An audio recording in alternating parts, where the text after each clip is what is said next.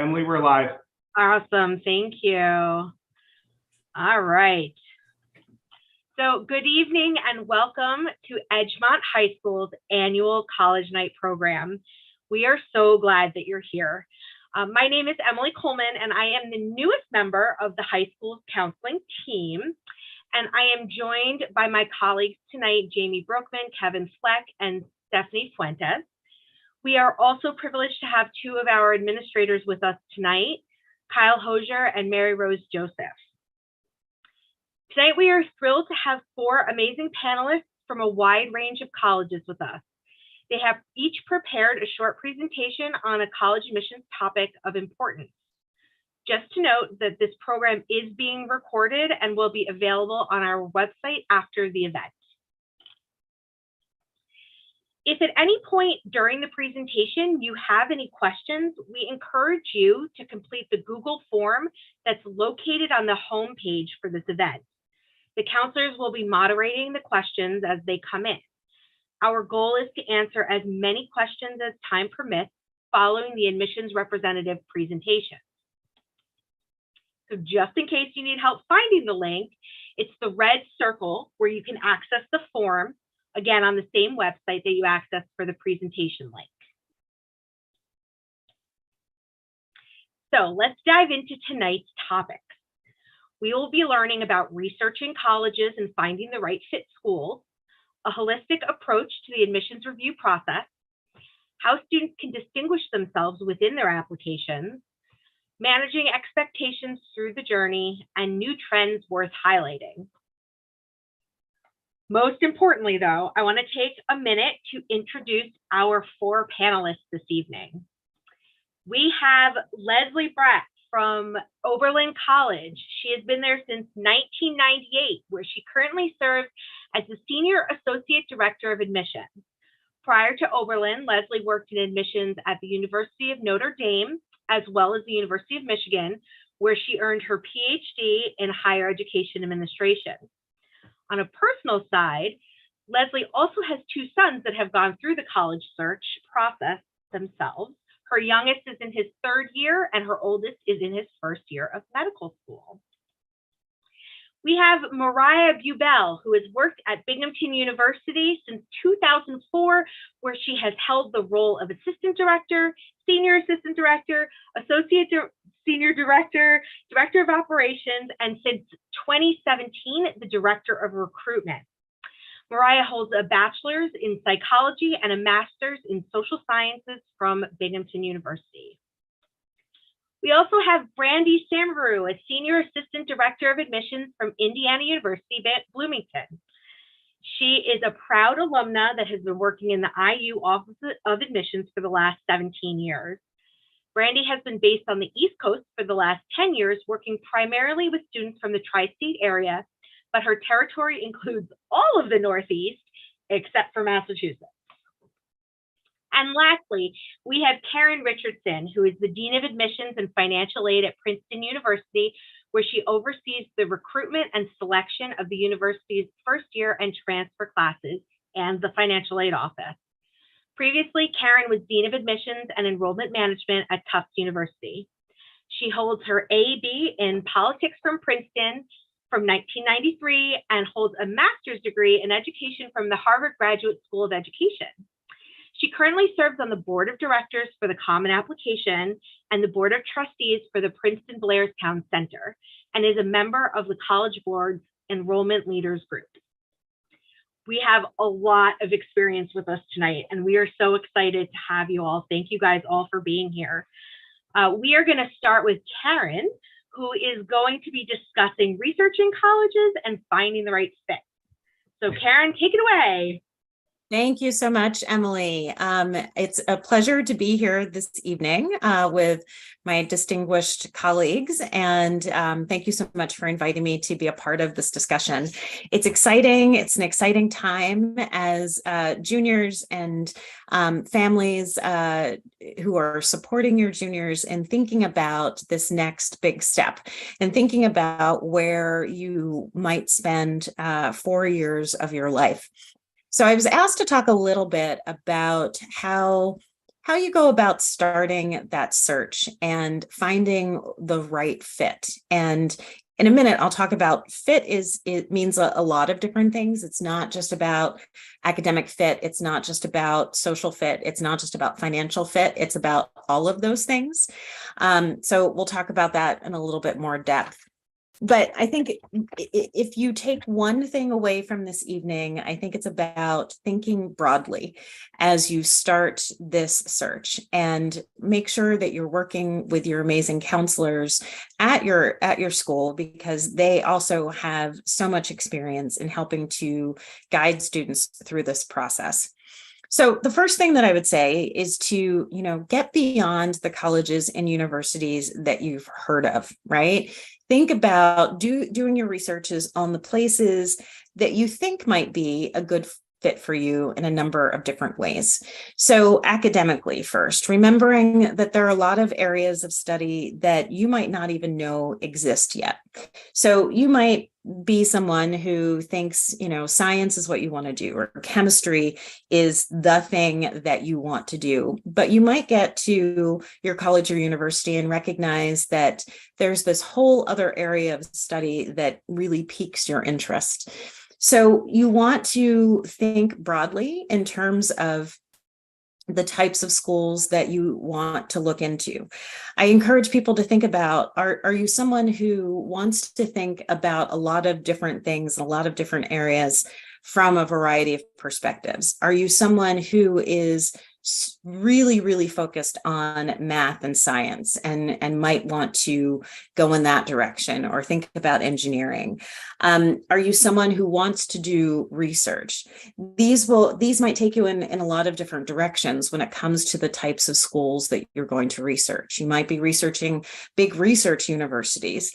You might be researching more about liberal arts schools that are going to give you an introduction to a lot of different areas.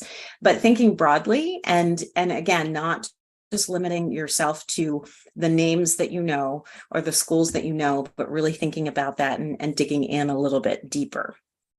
The second thing I would say is you also want to find a fit socially. So that means thinking about the type of environment that you want to find yourself in. That means the size of the student body, the location of the campus, not just geographically, is it in the US, is it outside of the US, but then also thinking about what's the surrounding area like. Is it an urban area you want to be in? Is it a more rural area or suburban area? Those are all important things.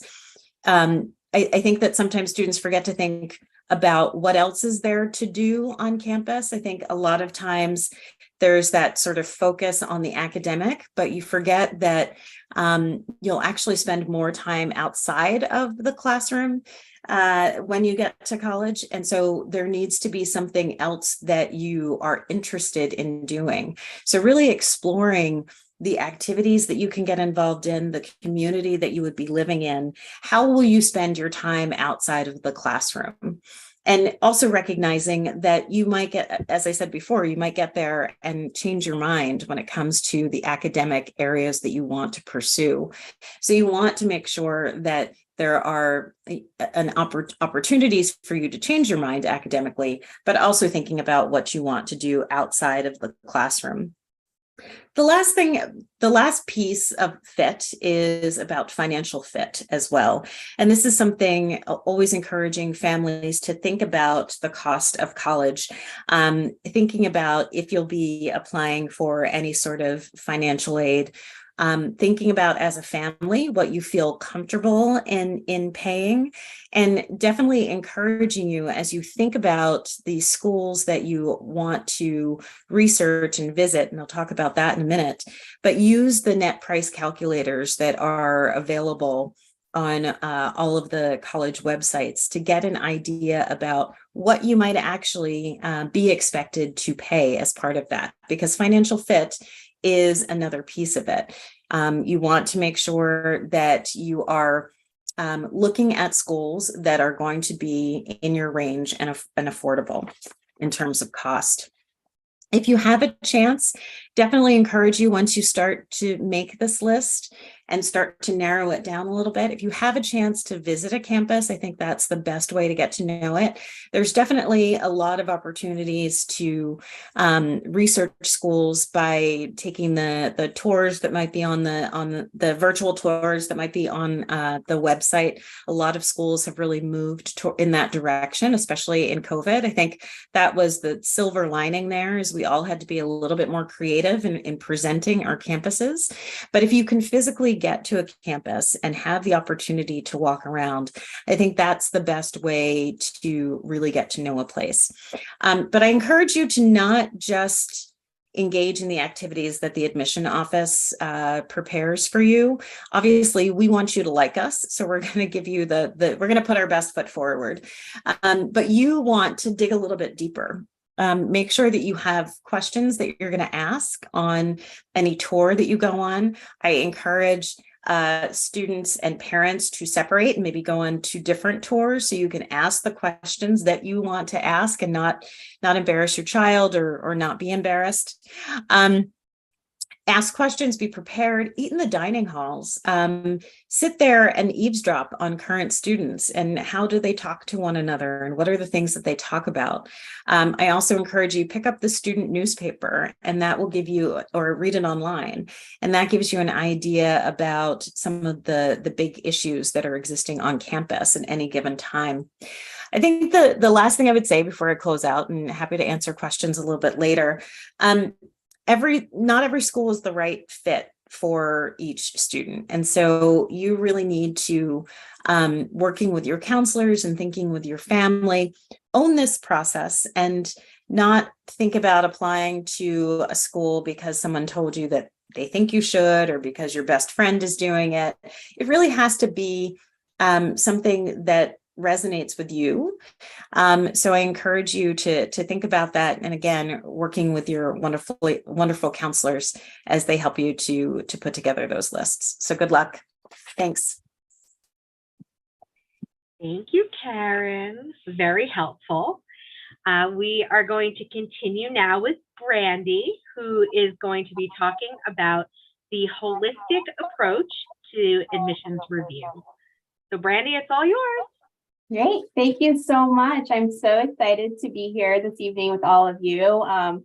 Most of us, I think, right now are dealing with current seniors and their applications. So it's nice to kind of have a break from that and talk to those of you that are just beginning this process. And holistic review is something that I think we all talk about a lot. And the big question is, are you actually a holistic review process? So I'm going to talk a little bit about, just kind of what the definition of holistic review is. What does that even mean? So holistic review is a school's admission strategy that assesses an applicant's unique experiences alongside traditional measures of academic achievement, such as grades and test scores. And like I said, I get asked a lot about, are you really going to look at everything that's in my application? And I would say for most of us, the answer to that is going to be yes. Most colleges and universities in the United States have a holistic admissions process. Grades and test scores matter, and they often matter quite a bit, but the school wants to get to know you as a whole person. We want students to be a part of our communities as a whole, not just academically. The final admissions decision will be based on a combination of numerical and non-numerical information. So I feel it's important to also note that the percentage of students applying to 7 or more colleges has more than tripled since the 90s, which means we are receiving a larger volume than ever before. So holistic review kind of has changed in the last decade or so, but we're still doing it. Therefore, most schools are reviewing that holistically, but it's different for all of us. I can pretty much guarantee you that the 4 of us on this panel today all review applications differently, right? No 2 universities are going to review the same. We all have our own guidelines and priorities that we're looking for. A holistic admissions process is simply one that tries to look at the whole applicant and not reduce them to a mere test score or GPA. All factors are considered in an effort to view applicants as a whole. That said, again, holistic does mean that every component of one's application is not treated equally. There are indeed factors of any holistic process that still carry more weight than others. So for example, the fact that you play a niche instrument or sport, started your own business, and participated in a service project abroad is not going to make up for the fact that you have a 2.1 GPA and poor test score. Okay, so we are going to be taking a look at all of those factors, but the grades and test score component is still going to be really important. In general, a holistic process is going to place tremendous emphasis on your 4 years worth of academic achievement and less on that standardized test that you took for 4 hours. A holistic review usually involves reviewing some of the following. So your rigor of your academic coursework, any trends within that. So have your grades gone up? Have they gone down? Are they all over the place? Test scores, if an institution includes them, that will be taken into consideration as well. And how does your performance academically compare to the other students at your school? Not necessarily the other students in your area, but the other students at your school. The holistic review also takes into consideration those counselor and teacher recommendations, the essays and short response answers that are asked, extracurricular activities, any special talents or passions that you have, and any special or extenuating circumstances that you may have as well, an illness, a family or a financial situation. All of that is taken into consideration. So another area to note here is also if a school makes admissions decisions based upon major. That will also be something that will come into that holistic review process as well. And that also may impact the importance of certain pieces of those applications, such as if they're looking at an engineering degree, certain grades in academic courses may be more important, test scores may be more important. So those are just little things to keep in mind when you're thinking about holistic review. I would absolutely encourage you to keep in mind that holistic does not mean that we will look at absolutely anything that you send to us, all right? If we didn't ask for it, there's a good chance it will not be reviewed, all right? So examples of that are some schools don't accept letters of recommendation. So if you send them, they're not going to look at them. Additional activities and resumes and portfolios, those might not be taken into consideration if we didn't ask for them specifically.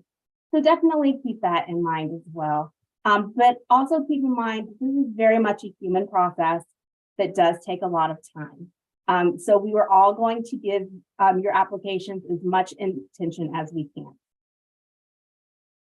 Thank you. Brandy, thank you so much. So next, we are going to have Mariah, who is going to talk about ways that students can distinguish themselves in the process. Hi, everyone. I am Mariah from Binghamton University, and I'm so excited to be here tonight.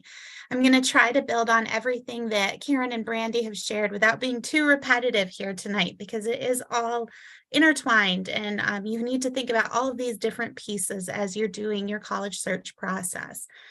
There are a lot of ways that students can distinguish themselves, and I think that there's certain ones that stress students out a little bit more than others, and that's where we may have some of that desire to send things that we don't need in our application, send some extra things. We've had a situation where a student shipped us a rock with an essay glued onto it. Yes, we all laughed at it and we took note of it, but I can tell you those types of things don't help a student or distinguish them in a positive way. So it's important, as Brandy said, to stick to what the school is looking for. And that's where it gets complicated, right? Each and every one of the schools on the panel here today have different requirements and different things that we want. And many of the schools that you are going to look at are going to have all of those different things. One that I think is more common that will run across a lot of schools that you're applying to, especially if they are selective schools, is going to be that college essay. And that's where everyone panics. What do I write about? What makes me stand out? What's the worst thing that ever happened to me in my life? And how can I tell you about that and make you think that that's affected me in this great way? Not every student has to have a sob story. That's not what we're looking for at all in the college essay. We are humans on the other side of the desk here, and we are looking to know you. We just want students to be their authentic selves. Look at your essay and think, what am I telling them that they didn't already know? Are you a really good science student? Your transcript probably tells us about that, but maybe your essay can tell you where that passion comes from or what you want to do with that science major that you're pursuing at the university. So think how that essay can take that extra step and help you to stand out and help to sell who you are as a person. It's also important to be careful about how you're doing it. I know that we want to get caught up in grammar. Yes, use spell check, use grammar, proofread, but we're not editors on the other end. We're not looking to catch you in a grammar slip up here or there. That's not something that we're doing. Probably don't pull out the thesaurus. It's not critical. We don't need you to replace your standard vernacular with other funny words or words that you've never used before. They just end up sounding odd in the essay, or they don't fit quite right. So be true to who you are, and that will help you to stand out. Use your school counselors. They know what are good topics. They know how to write a college essay. It is a little bit different than writing an essay for maybe your English class or writing a research type essay. You are trying to hook us in a way to make us read the whole essay and understand you a little bit better. Some of the other areas that students may be asked to distinguish themselves will include things like interviews. When students go on interviews, the interviewee is not looking to catch them out. It's not like a job interview. We're not trying to eliminate you through an interview. An interview is really to get to know you a little bit better, like I said with the essay. But it's also your chance to interview that college a little bit. Oftentimes colleges are going to be using alumni or sometimes faculty or staff outside the admissions office. So it's a chance for you to ask some questions as well. This process goes both ways. So as you distinguish yourself in the interview process in particular, you're also going to have an opportunity to let that college distinguish themselves and get to know you a little bit. There also may be supplementals in the process. So a college may ask you, why us? Or they may ask you, do you think that cereal is soup? Just to try to get some samples of your writing. There may be silly questions and you might be panicked. You might want to Google, how do I answer that question? Don't do that. We have Googled the answers to those questions as well, and we know how everybody answers those. Another thing to stay away from, things like college confidential and how do you answer this question or that question. We very early in the process sense themes and these types of things and know that somewhere someone said, write your essays or supplementals about tomatoes. That seems to be our theme this year is tomatoes. We're up to 15 essays about those. So, you know, if you see that, think, okay, I'm not the only one seeing this. Others will see that as well, and be careful about that. And then the last thing that I wanted to talk about a little bit is demonstrated interest. And I feel like if you've heard that word, it may feel like a scary word or something that you have to attack. It is not. You should be interested in the colleges that you're looking at, and you should be interested in the places that you're applying. There are a handful of schools out there that use that interest level and they're using it in the application process. There are a lot of schools that are not looking at that. This is not a process that should be gamified. This is a process that is going to change your life. This is a process that is going to take you on to those next steps. You're going to spend your next 4 years there. So you shouldn't be, you know, checking off boxes like, oh, I did this 7 times. I did that 5 times. Oh, they're really going to like that I did this 10 times. You want to be true to what you're looking for. If you really need to get on that campus to see if you fit there, or you can get on that campus to see if you fit there, as Karen said, that should happen. If you can get there and you're going to be looking to enroll there, apply there, all of those things, if you can get to that campus, do that. Don't worry about the fact that that's going to be coded or counted somewhere or not coded or not counted somewhere. If you can talk to an admissions representative at a college fair, go to a high school visit, send a question out. Those things are all great and you should take advantage of those things, but don't feel like you have to do those things to get check marks in an imaginary video game score of some sort. So I guess my final advice here for the additional pieces is just be yourself. I know it's really easy to worry a lot about these pieces. As Brandy said, you can look and you can kind of see where all these schools fall academically.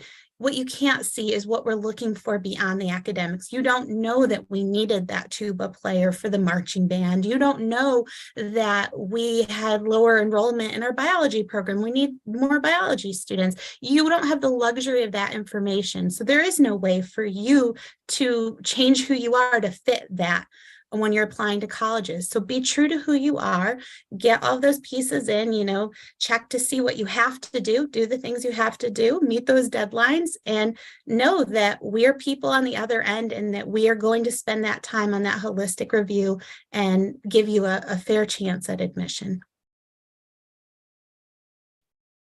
Awesome. Thank you, Mariah. Wow. So far, we're doing really well. All right. So next up is Leslie, who is a parent herself who just went through this process twice and is going to suggest how best to manage expectations through this process. So Leslie, tell us all how to do this. With all my years of experience, no. So first, I want to thank my colleagues for all of their wonderful advice. I think when I go back to start reading applications tomorrow, I'm going to be looking for tomato essays because I feel like that's something now on my radar. But absolutely, I've been through this process twice with my own students. So as Emily mentioned earlier, my youngest is in his third year of college, and my eldest graduated in May and is now in his first year of med school. So he's gone through this process twice. So I guess I've sort of done it 3 times. What I told each of my boys in the beginning of their college search is that this process is about you. I already went to college. You're the one who has to be happy with your choice. And to be perfectly honest with you, neither of my boys chose the school I thought they would. But my junior is having a fantastic experience at his university, and my med school student had a wonderful undergrad experience because they each took ownership of the process. They selected institutions that were a good fit for them, which Karen talked about earlier. I try not to take it too personally that neither comes home very much, but that lets me know that they made the right choice for them. So for students, this really is about the next phase of your life. It's not life or death, right? But it's an important next step for you, and maybe the first one that you're really taking on your own. So you really have to be engaged in this process and to take initiative. For both parents and students, go into this process with an open mind. But remember, you're not going to be doing this alone. I think we've all kind of given shout outs to the Edgemont counseling team here. You have the support of some of the most caring counselors around who are going to help you navigate this process. They're going to help you create a realistic college list. They will encourage you to only include schools on your list at which you would be happy. So your counselor is not going to let you put a bad college on your list. And by bad, I mean a bad fit for you. As admissions officers, we do understand the anxiety that's involved in this process because there's no crystal ball that's going to allow you or your college counselors to predict the admissions decisions that we're going to reach. And because there's no set formula for admissions and every institution is different, there's a lot of uncertainty. So it would definitely be a lot simpler if we relied on computers to decide who is admitted, waitlisted, or denied, based solely on a few data points. But as Brandy outlined for you, it's this holistic admissions process, and we take all parts of your application into consideration. So just as you put a lot of thought into which colleges you're going to apply to, you need to know that a lot of thought goes into selecting our class each year. I think at some point, each of my sons asked me if they should do something because a college will like it. And for my eldest, it was, should I take AP English next year? He really wanted to take honors English because he loved the teacher and the books that they were going to discuss in that class. But his concern was that honors English didn't look as challenging as AP on his transcript. I told him with my years of college admissions experience to take the class, it's going to make him happier, especially his senior year. This is your last time to take some of these really wonderful classes. He did get into colleges, and that honors English teacher happily wrote him a strong letter of recommendation. So aside from the academics and on maybe the more personal side, I want you to do what you love versus what you think we want to see in your application. Colleges are interested to know how you're going to contribute to our community beyond just your academic record. So my youngest son, who's now a college junior, was worried at the end of his sophomore football season when he decided to stop playing football. He had had a couple of concussions. So his mother, I was so like doing a little happy dance that he had decided to stop playing all on his own. But his concern was, what's a college going to think? I didn't stick with this for 4 years. So I told him to find something else to do now that he has this free time that he never had before. So he thought about it, and he thought there were some things his high school community could do better. So he joined student government, and he was this class president for 2 years. He also decided to get a job because he wanted to earn his own money. So he listed Panera sandwich artist on his activity list on his application. So don't participate in something that doesn't make you happy or that you don't have a genuine interest in. Focus on what you do enjoy and spend time doing that. If I can speak directly to the parents here, and I'm definitely putting myself in this category, we are the most involved parents in the history of the world, right? We have been told by every organization to be involved with every facet of our child's life. I think once upon a time we were called helicopter parents, but now we're Blackhawks since we have, we're more heavily armed with information, or lawnmowers because we mow down everything to clear our child's path. But remember that the college process is about our children, right? Students, not parents, really need to be driving this process. I'm sure that Karen, Brandy, and Mariah have spoken with or received emails from moms and dads who contact our offices and say they have questions about our application. Yes, you are invested, but you're not vested. You can't own it. You have to have every confidence that your child's going to find a great match and have college options. I think the college process, the search process, is a much healthier experience for everyone if you focus more on what you hope your child will get out of college rather than on which college they get into. So navigating this is definitely a partnership with your counselor, but it's especially between the parents and the students, and communication is really critical for any successful partnership. But that's not always easy. So I remember when my kids would get home from school, after a busy day with classes and practice or after school meetings, the last thing they wanted to do was talk with me about application deadlines or their admissions essays. They wanted me to trust them to handle their business, as I generally did throughout high school, which is a not unreasonable request. But from the parent perspective, wanting to help is just part of the gig, right? We've been doing this for the last 17 years of their lives, give or take. So as parents, I think we play cool for a little while, while the fall months pass. We know there's still plenty of time. It's all going to work out, all that stuff. But then one night we wake up in a cold sweat after dreaming that our kid told us they missed all of the application deadlines and they're going to be living at home in our basement for the rest of their lives. So communication to the rescue here, right? This is the time to have a heart-to-heart conversation about each other's specific needs. So parents, how often do you need a check-in or a status update? Students, how many questions are too many for your parents to ask you? Set some guidelines for yourselves now. As a piece of advice, something that I did with both of my kids that worked well for us was to set a certain time each week to talk about college, so it didn't feel like that's all we ever talked about. So for us, that was Sunday after dinner. That way, when I saw them on their phones, instead of working on college essays, I waited until Sunday to ask how things were going. It made me relax a little bit, and it also helped them to know that I wasn't constantly going to be on them about this whole process. But regardless of what works best for you and your student, communicating everyone's needs at the beginning, at the outset of all this, is going to make you sleep better at night, and your student will better be able to appreciate and incorporate your efforts for help. So parents resist taking over the process, but your jobs can be to help provide organizational support, reminders about deadlines. You can be the proofreader, not the writer, because we want to hear your child's voice when we read an essay. You can be a sounding board. You can be the travel agent if you're going to be scheduling visits to our campuses. You can be the cheerleader, the supporter. You're going to survive all this, and your child will be admitted to a fine institution. And if you and your kids keep the appropriate mindset throughout the year, I think you're going to come away from this experience a little wiser, definitely a few more gray hairs. I have those all over now, but also with a newfound respect for your child's skills at navigating these waters. They're going to do this with maturity, with sensibility, with thoughtfulness, and hopefully a little bit of laughter that you're all going to have together. So in the end, and they might not say this to you, specifically, but they just want you to have faith in them that they're going to make good decisions and make good choices. They want to make you proud, and they absolutely will. So with that, I think I'm going to turn it back over to the Edgemont team, because I'm expecting that there's going to be a lot of questions for us. Thank you, Leslie. That was awesome too. All right, so I have two questions that we're going to ask all of the reps their answers. The first one being, if you guys can share some trends with us that you, besides the tomato, that you have seen forming, and that can be COVID related or in response to COVID, or it can be something completely not COVID and is another trend. So I'm not sure if there's someone who wants to go first. Sure, I'll jump in a little bit here. I think, post-COVID, or, when COVID started, I think one of the real silver linings to all of this was that colleges were really forced to put a lot of information on our websites, virtual tours, virtual information sessions.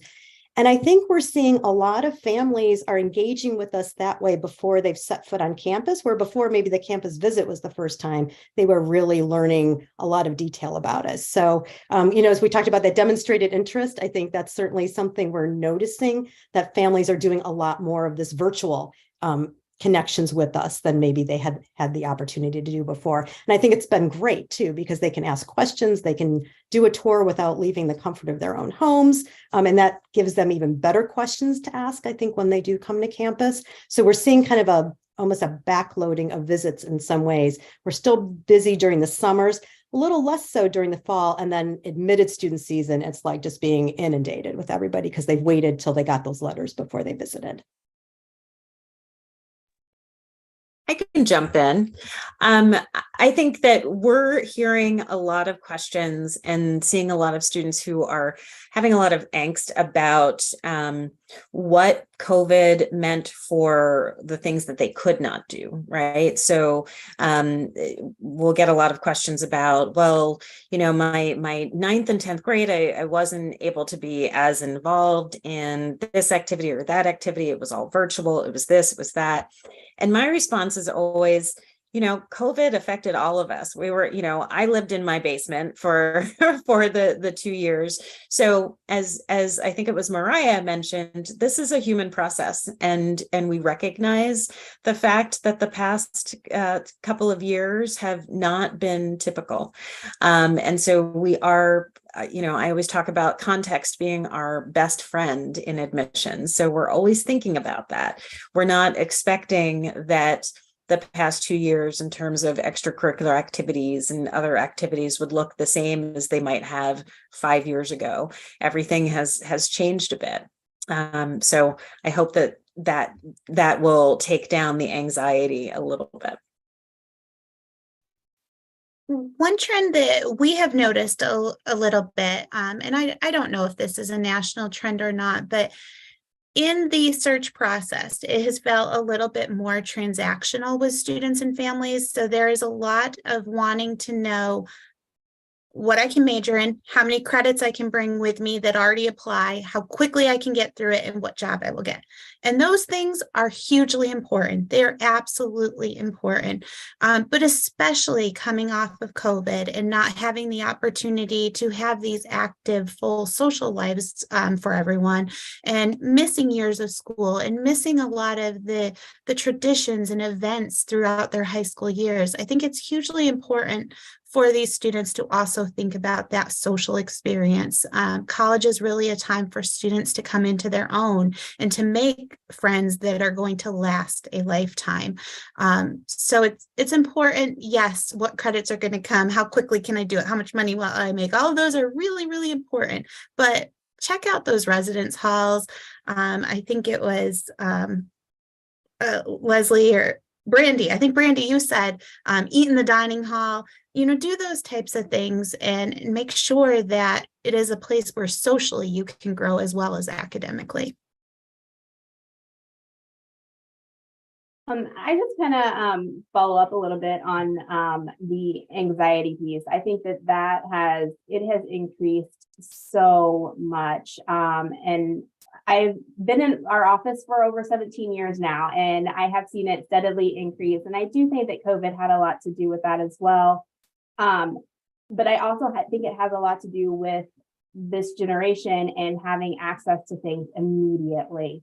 So if the student hits that submit button and they don't hear from us immediately that we've got their application, we've got all their materials, that anxiety goes through the roof. And they're emailing us, they're calling us, they're asking if they should send in additional materials, which then only cause more backlog because they are sending in those additional materials. So I think that, unfortunately, I think that anxiety piece tends to is still increasing exponentially as we're going through this process. And we know the college process is stressful. We understand that, but unfortunately, I think that anxiety piece is really hitting a high right now, especially with this need to know right now mentality. Thank you all for that. Very helpful. And the last general question before we get to the questions that our families have for you. But what is one piece of advice that you want to leave our junior families with as they dive into this college application journey? I can go on that one. One piece of advice that I think is important for you, and it might seem very small, but I think as juniors, I think today even, you should go and you should create an email account just for college process. Make it an email account that is the only thing you use it for. Then you will apply to colleges with that email account. That is what we will use to send you all the important information. That is the one that you will check. Our emails won't get lost in everything else that you're doing. That also makes it easier for you to unsubscribe to our email if you are going through this process and decide you're no longer interested in one of our institutions.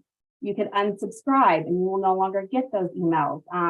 It'll help just manage things a little bit easier if you go ahead and create that general email account just for our college process. Just make it something very simple and very basic that you will check regularly.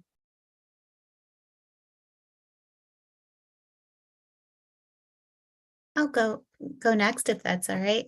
I would just say, remember that your value as a person, your value as a student, an athlete, an artist, a scientist, all of those things is not dependent on the colleges that you are accepted to or the college that you choose to attend. And I know that can be really hard at certain points in this process. It can even be hard for your parents at certain points in this process.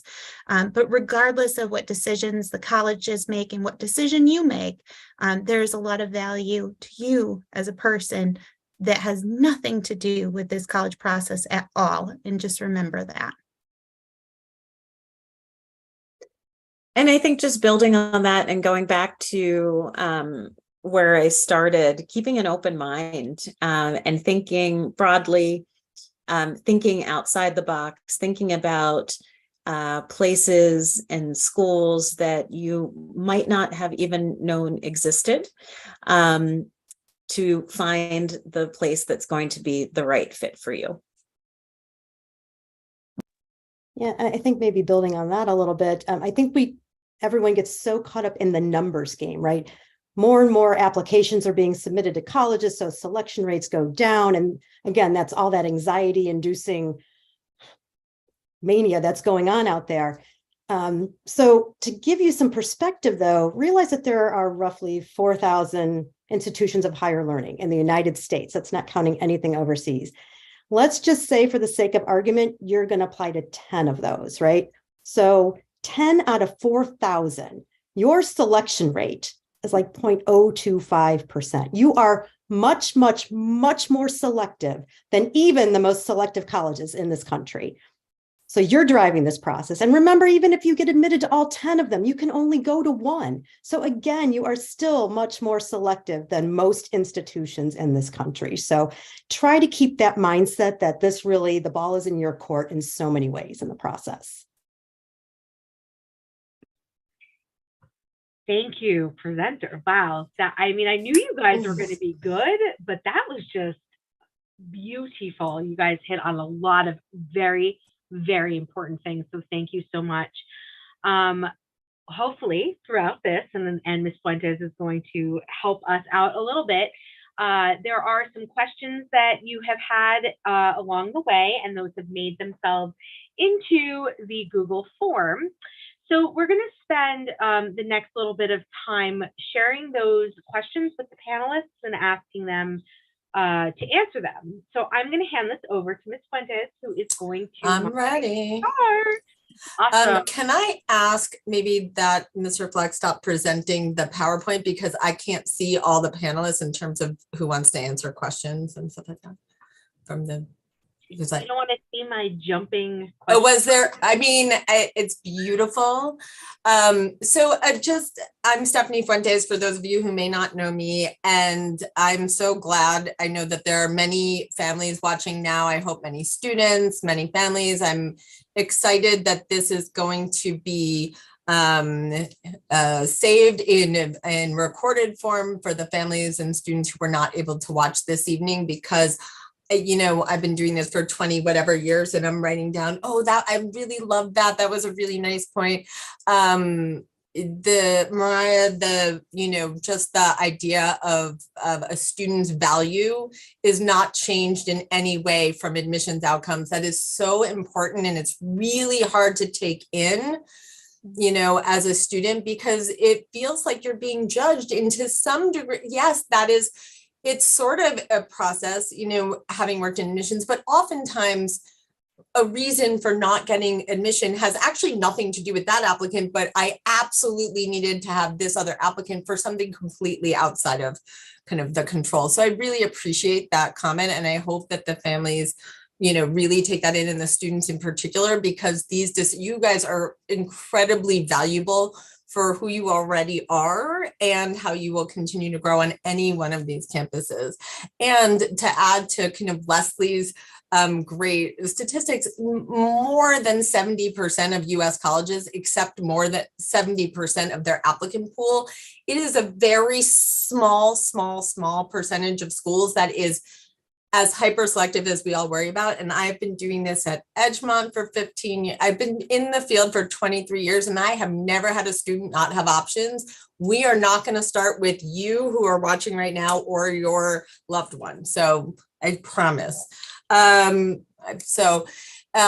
questions that came from you. And if you have questions that pop into your head right now, just for a couple more minutes, because then we'll have to eventually kind of cut off.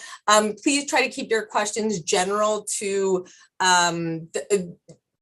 general to any school, and general, not too specific about your own student or you, if you are the student. So the first question is, can you talk about, there have been obviously some really difficult things in the news recently. Can you each talk about for a minute the security on campus and how you kind of communicate with students and families around issues of security?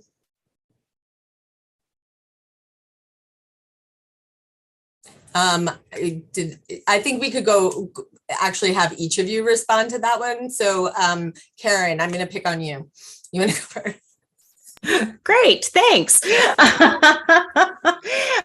So yes, I mean, there obviously every college campus, if it's an open campus, unfortunately there are going to be some things that happen, but you know, at Princeton specifically, we have a wonderful campus safety, campus police who are on campus. We have student organizations. Students are never sort of walking across campus by themselves. You can always call either public safety or a student who will walk with you across campus. We have alert systems that should there be anything that happens on campus, every student would receive information about that. So you know, we are making sure that we are communicating with students and ensuring that the campus is as safe as possible. I'm not sure if that was the question, but hopefully. Thank you. Yeah, I'll jump in. I think a lot of our campuses, unfortunately, have had to think a lot about this, much more so than in the past. And, you know, like Karen said, we all have notification systems if something is going on. I think one of the sad testaments to our time now, all of the faculty and staff at Oberlin had to go through active shooter training so that I know if somebody is in my office, if I have a student with me and something happens, I have this little device that I can break my window to get out because it's really thick glass. And I hate that I have to have something like that, but I am happy that I have something like that should the need arise. So I think it's a sad state of commentary on our on today in general, but I think colleges take this very seriously. And I think we all have systems in place on our individual campuses, especially for those notifications and the training that our campus security teams have gone through, as well as faculty and staff. I also think colleges in general have done a lot more in local communities as well. We are not just worried about our own campuses. I know our alert system will send out if there's something going on in the community so that students and their parents can be on the alert system as well, are aware of those things. But more than that, I think college campuses have really started to focus on preventative measures. What type of counseling services can we provide? How do we identify the students that need those types of counseling services? How do we train our campus police officers to handle situations differently? Make sure that there's mental health support when it's needed. And all of those things are taking place, I know, on each and every one of our campuses. So rest assured, it is first and foremost in the minds of college administrators each and every day. Yeah, and I don't have much to add to that. Like you said, all of our campuses take this very serious. I would say that this is also a good opportunity for you whenever you're on your campus visit, just to take a look around and see how you feel. Do you feel safe where you are? I think that that is a big part of that too. We all have the same safety features going on, but it's going to be how you actually feel on that campus. And I would also echo the counseling services. I think that that has been an area that has been growing on college campuses out of necessity as well. And we do have tremendous counseling services available for students. And we make sure that students are aware of those services and how they can access those services also. Thank you. There was a question, and I think this will be pretty similar for each of you, but if you can discuss how students go about accessing support, maybe if they're a student who has a disability, how they would, maybe a student who currently gets accommodations or academic support, how they might go about seeing if they would be able to access that, or what type at your institution. And maybe also like on disclosing, like, you know, what your thoughts are. Do you disclose? Do you not disclose? I know that tends to be a question that comes up a lot. Yeah, I was going to say, for us at Indiana, you don't necessarily need to disclose that in your application. It's not something that we would take into consideration. But we certainly, all of our institutions are going to have some kind of access for our students. It is very much an individualized process on our campus, and I'm sure most campuses are the same way. You would meet individually with our student services office, and they would work with you to make sure that you have the accommodations that you need, and they would make sure that you're able to give that information to your faculty and your professors, whether that is that you need additional time on a test, or maybe you are a student that is more on, you need more of the physical assistance. So maybe that is on some of our larger campuses, giving you access to get around campus. So it is going to be very much a case-by-case individualized process. Yeah, I'll just jump in about disclosing if you should do that on the application or not. And I think some people are worried about disclosing because they think that's going to brand them a certain way. For others, I think it's helpful to disclose if it gives us context. Somebody mentioned earlier about context. So let's say you're a student who has dyslexia, so you're not really able to take foreign language, right? Because your brain just doesn't process that language that way. So when I look at your application, if I see no foreign language, I have no context why you didn't take foreign language. I'm wondering what's going on there. If, however, you tell me you have dyslexia, there's a year of Spanish on there and you stopped after that, I'm like, I give you props for, doing that. Or you have dyscalculia and math is hard for you, but, you stuck to getting through pre-calc or something. I think that context can be very helpful for us in those instances. It's not reviewed like it's a strike against you. We're not thinking of it that way. We're using it to kind of understand your situation a little bit better as it relates to your application. Is there anyone else who wanted to respond on that one? I think I will just add that schools don't automatically give necessarily the accommodations or services that you may have had in high school. Each school, the law under which you receive those services changes between high school and college. So there will be a process of providing documentation, and that is something that we will help you navigate, as you're getting ready to make that transition. But that was a great question. There was a question about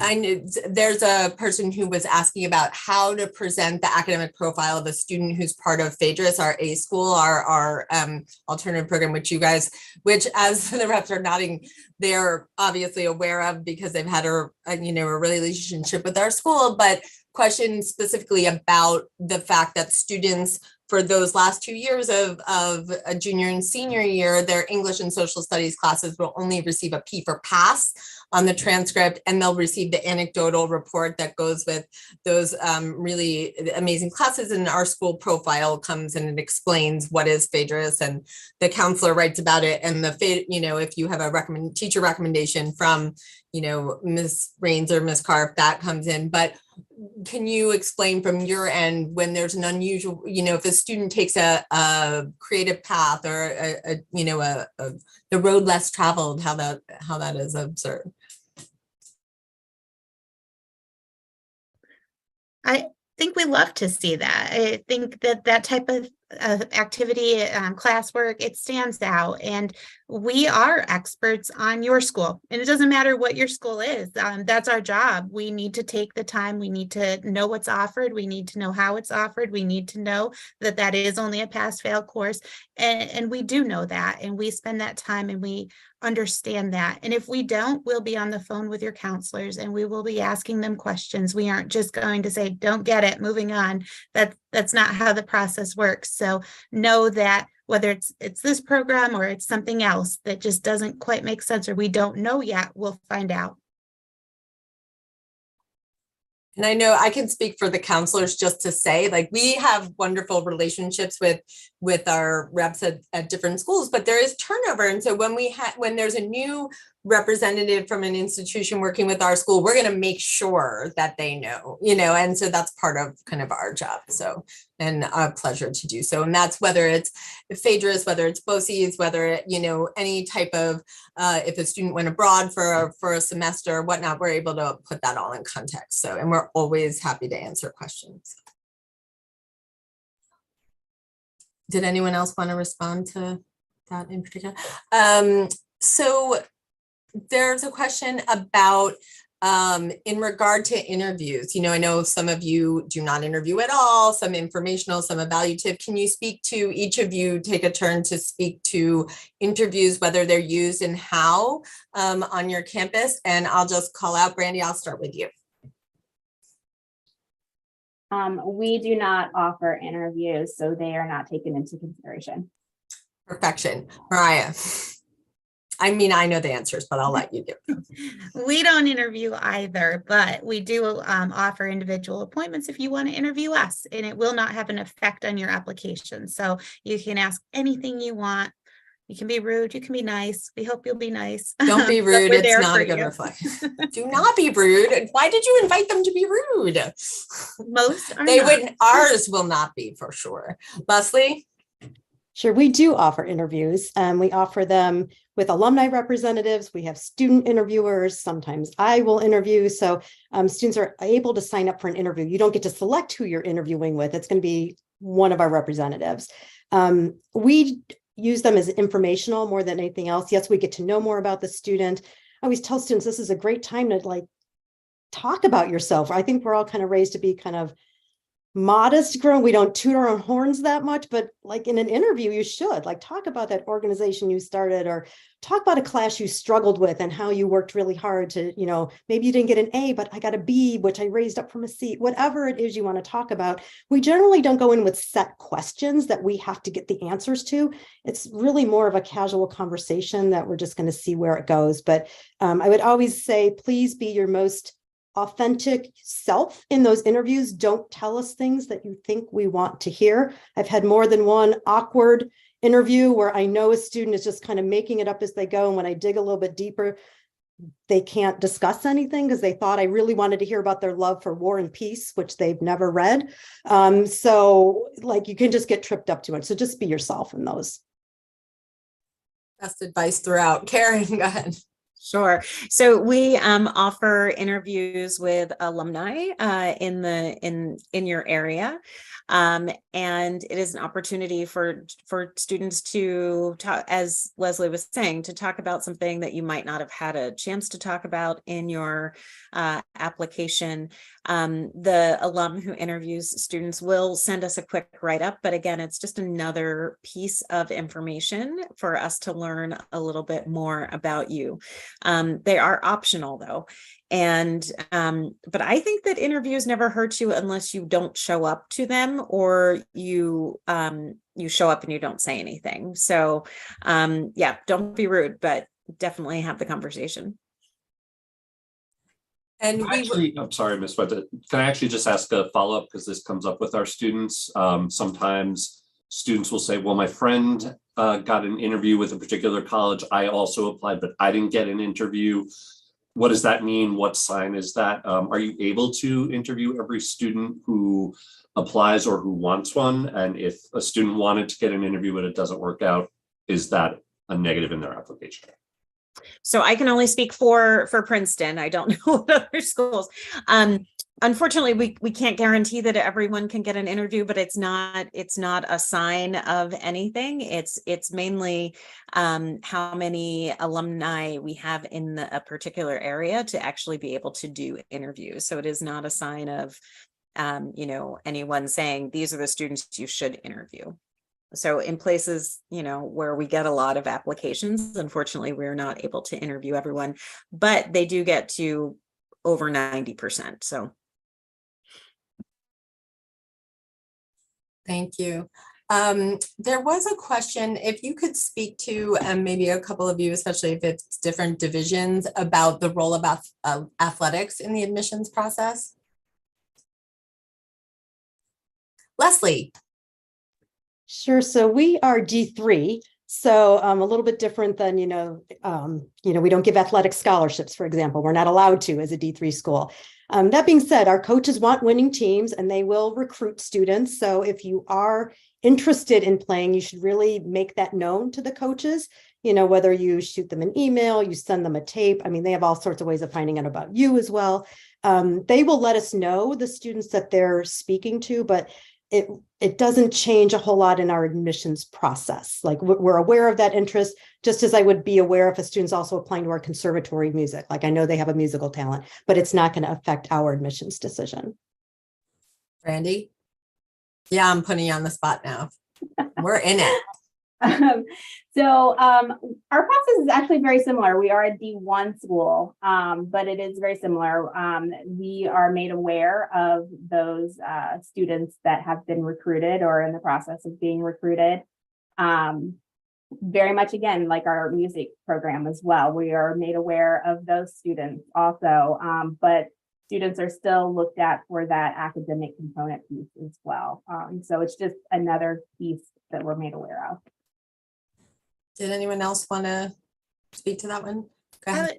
I would just say we're Division I athletics as well, and ours works exactly like Brandy and Leslie mentioned. But as we talked about earlier, there's a lot of turnover in admission staff. There's also a lot of turnover in coaching staff, and we try to make sure that they understand these processes as well. But anyone who is going through the athletic process should know that admissions decisions, the final decision comes from admissions. So that's important to remember as you're going through this process. I would just underscore all of that. We're also a Division I, but as part of the Ivy League, we do not provide athletic scholarships.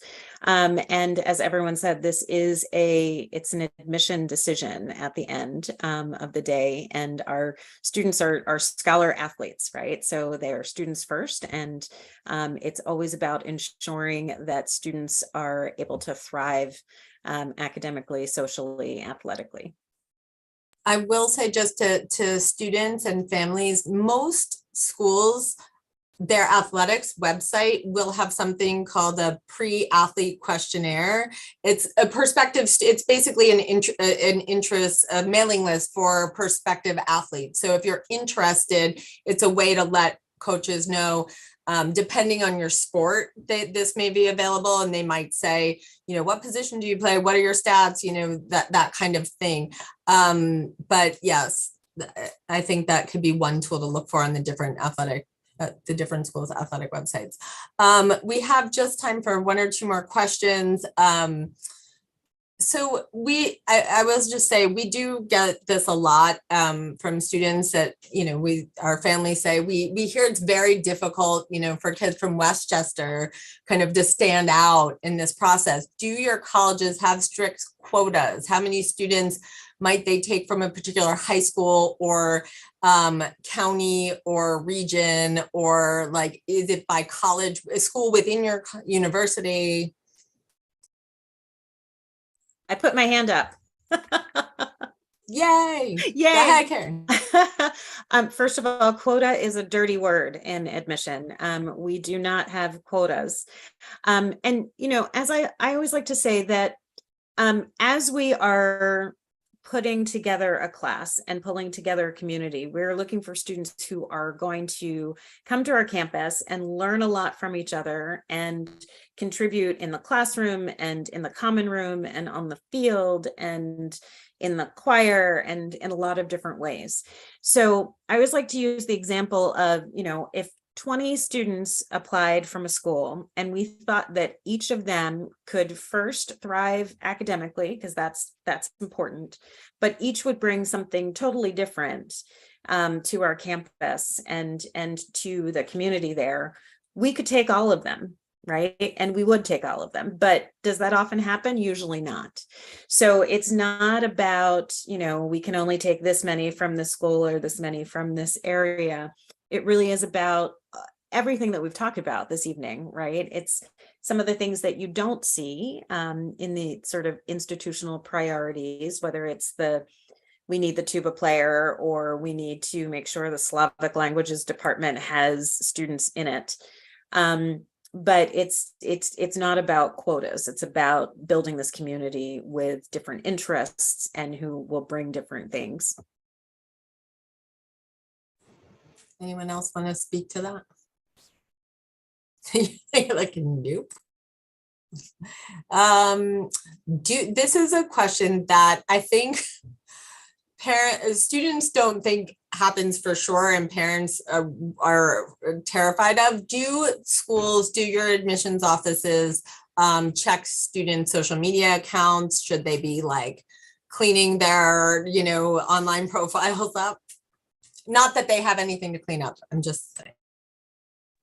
I will speak to that because we do not check social media. We don't have time for that, but clean it up, because you all are telling on each other. We get emails every day about so-and-so put this on social media and so-and-so put that on social media. And depending on what's going on, we may send it to our Dean of Students office to handle. We may send it to campus police to handle.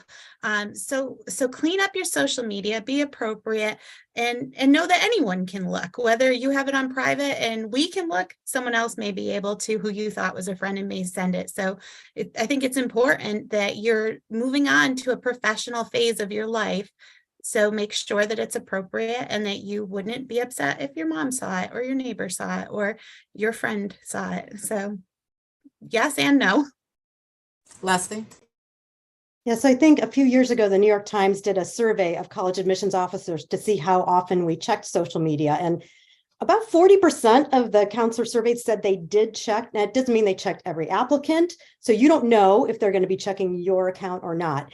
For me, I don't have time, like Mariah said, I don't have time to go looking this. But what I find a lot of times is a student will include a link to a theater performance. It's a little snippet. And when I click on that, I see all the comments that people have left under your theater performance. And I remember vividly I was reading down just to kind of see, seeing all these warm fuzzies, for the student. But one was like, I can't believe you performed so well, given how wasted we were going up on stage. And I was like, oh my gosh, okay. I wasn't looking for that. I certainly didn't intend, it was not something I expected to find. You can always control what other people put out there about you. So like Mariah said, we learn about stuff in some weird ways. We don't necessarily actively go seeking it, but when we find it, we can't unsee it. Can I just underscore the piece about being professional when you choose that email address that you're going to use for your colleges? There have been some that have set my hair on fire. So make sure that you are being professional and you're thinking about the people who are going to see that. If anybody wants a really good example of that, please stop by my office. Was not a good scene. Don't do it. Your name is a really good email address. And when you, this is actually, we touched on it, but I think clarifying a little bit, when you see a high school transcript, when you're reviewing a high school transcript, do you use our GPA? Do you recalculate it? Do you look at rigor and grade trends slightly differently since the pandemic? Like if there was an off year that, what do I take the, I know, watch the admissions reps eyes roll real quick. Do I take the AP class and get a B or the regular class and get an A? Sorry, I said I wouldn't do that and I did. I said that was my favorite question. You had to ask it, right? Mm-hmm. I didn't say you had to answer it. We're all laughing because we had said before, obviously you should take where you're going to perform the best. And that's all you can do. And I was in a panel with a representative from another school the other day, and they said, well, how do you know that you're going to get a B in that class? Do you have a magic ball? If that's something you're interested in, do it. Take the course. Don't go in thinking you're going to get a B. And I thought that was really good advice. Go into the courses that interest you, whether it's that honors or it's that AP course, and do the best that you can, and know that your best may be good enough for the schools that you're applying for. It may not be. There's not a school that's probably going to mark you off because it wouldn't be on your transcript, or maybe there are some, but think about the whole picture, what you're looking at, and make sure that you're presenting yourself the best that you can and taking the courses that you can do your best in. When we look at transcripts at Binghamton, sometimes we do recalculate, sometimes we don't. We try to assess if there's grade inflation. We try to assess if there is extra value being given for the AP courses, the advanced courses. Are there special programs, as we talked about before, that need special consideration? There's just no blanket answer to how we are reviewing those. We are looking for trends. Sometimes a trend is strong enough that it can make a difference. Sometimes a trend is not strong enough that it can make a difference. If you did not perform well in 9th and 10th grade, a turnaround in 11th grade may not cut it. Maybe it does, maybe it doesn't. It goes back to some of what we talked about earlier and sharing what happened. Tell us what was going on. If there was something related to COVID, there's a section to explain that and let us know that so that we can take it into consideration. It doesn't always make the difference because we do need to be sure that you can be academically successful on our campuses, but it can help. It can help us to understand if you perform poorly in one course. Was there something particular about that course? If you have a B in a course, but you worked really, really hard in it, maybe that's the course you have a letter of recommendation from, because they can speak to how hard you worked and that, all your other coursework's an A and this is a B, but that B was harder won than any of those A's were. And that can be impactful. You mean I should not just get a rec letter from someone who gave me an A? I mean, you can, but no, I like that. I was joking. That was a really excellent point. Sometimes that has greater value for context purposes. Yes. Somebody who wants to be your champion should be the person who's writing your letter of recommendation, because they are introducing you to people who don't know you. And so they need to know you and like you and be able to say more than that you showed up to class every day and got an A. Anybody else want to speak to the kind of how you look at the transcript, or you feel like we covered it pretty well? I'll just jump in. So we do recalculate grade point averages at every school, not just for Edgemont, for everybody, but we have a much smaller applicant pool than most of my colleagues here on the screen. So we do look at that. We look for trends, and we do look at the rigor of the curriculum with what's available at the school. So, if you're at a school that has 35 APs being offered and you take 0, like, okay, is that because academically you weren't up to doing that? And we're going to make our decisions based on academics, or, I took 2 APs and, that's what I could handle. I did really well in those. That's fine too. But we're looking to see that you've challenged yourself within your abilities and within your school context. So again, if you're one of those students with a learning difference, no, I don't expect you to take AP, BC, Calc. If you have dyscalculia, that's okay. There's not an expectation that you take an AP in every single academic discipline. We don't count the number of APs you've taken, but we're looking that you've challenged yourself. But you said, just to repeat, you said that you look within what's available at your school. So self-studying for something not offered at your school, is there value to that? I think if a student enjoys doing that, then that's something they might want to put on their list of activities, things that they do, but we're not going to count that as necessarily an academic part of the review process because it's something outside of the school.